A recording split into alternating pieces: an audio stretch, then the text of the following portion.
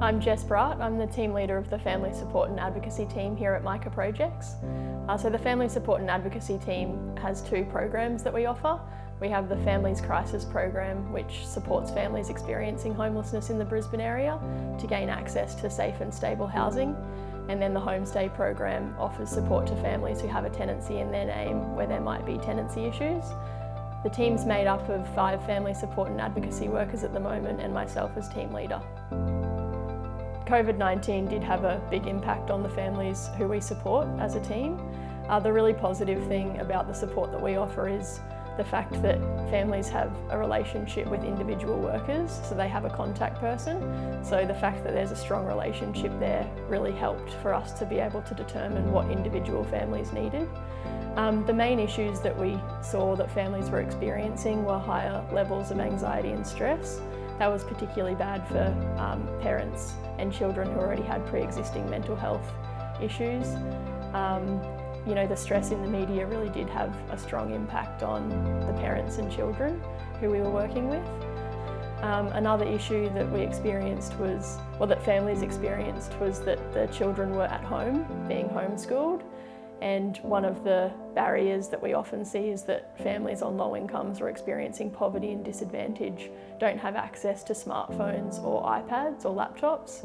So they weren't able to offer homeschooling in the same way that some other families in the community were able to.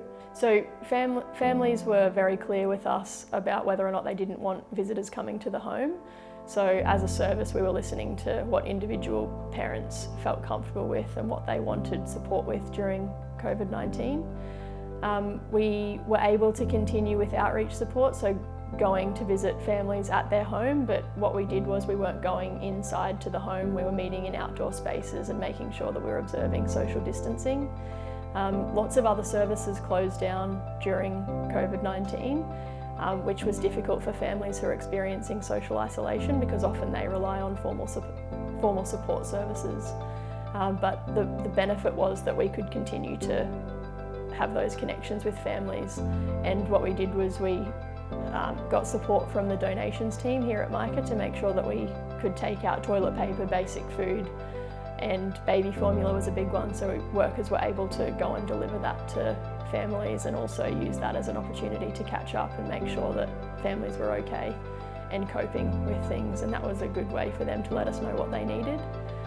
The other thing that the family support team did was we split off into 3 different office spaces to make sure that we could observe social distancing rules in the office space. And then, it was really led by the families who we were working with.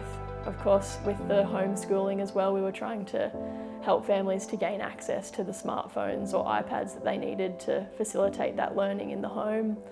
As schools started to reopen, family support workers were involved in facilitating the return back to school, because lots of the families who we were working with moved during that time as well.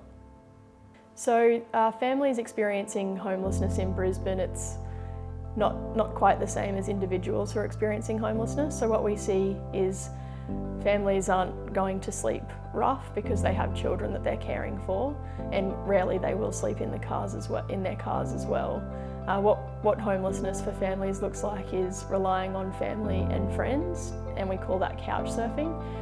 So there are a lot of families who were in overcrowded situations when COVID-19 first hit, and that wasn't going to work because in overcrowded situations people couldn't practice social distancing and there was a lot of movement. So often families don't have the luxury of staying with one family member, they often move between multiple family members' places. And then at the same time there was a strong response happening from the Queensland Government with Department of Housing. So we were able to offer families to move into apartment-style accommodation, and that was also for families who were in motel accommodation where there were shared facilities. So the health directive was that individuals and families really needed to have access to their own space to make sure that they, weren't having to be in close proximity to other people for cooking and washing their clothes. So apartments were organised through Micah Projects and the Department of Housing. It was called the Emergency Housing Assistance Response. So the team was pivotal in making sure that families could access those new apartments and settling into those apartments as well. And during that time, support was offered to make sure that they had what they need and that they had what they needed and that they were comfortable in that apartment style accommodation. A really positive response that we have seen though is that the wait times for Department of Housing and other long-term housing options have reduced. So if we're supporting families now to access or to have their Department of Housing applications completed, there's actually a very strong and quick response from the Department of Housing to make sure that families have access to long-term housing for them and their children. And that was a big part of what we were doing as well. Previously, we relied on donations to set families up in their new properties, but because of the high volume of families who are transitioning through apartment style accommodation into long-term housing that's often unfurnished, we've been able to purchase items for families that are new, and we've been able to set up people's properties before they move in, which is unbelievable. It's so great for families to be able to have brand new items to move into and for children to be able to have their rooms ready to sleep in, and yeah, that's just been a really positive response. So we're hoping that some of that does continue because it really has highlighted the lack of options available for individuals and families when it comes to housing in Brisbane. So under normal circumstances, we offer case management support to around 40 families across the two programs.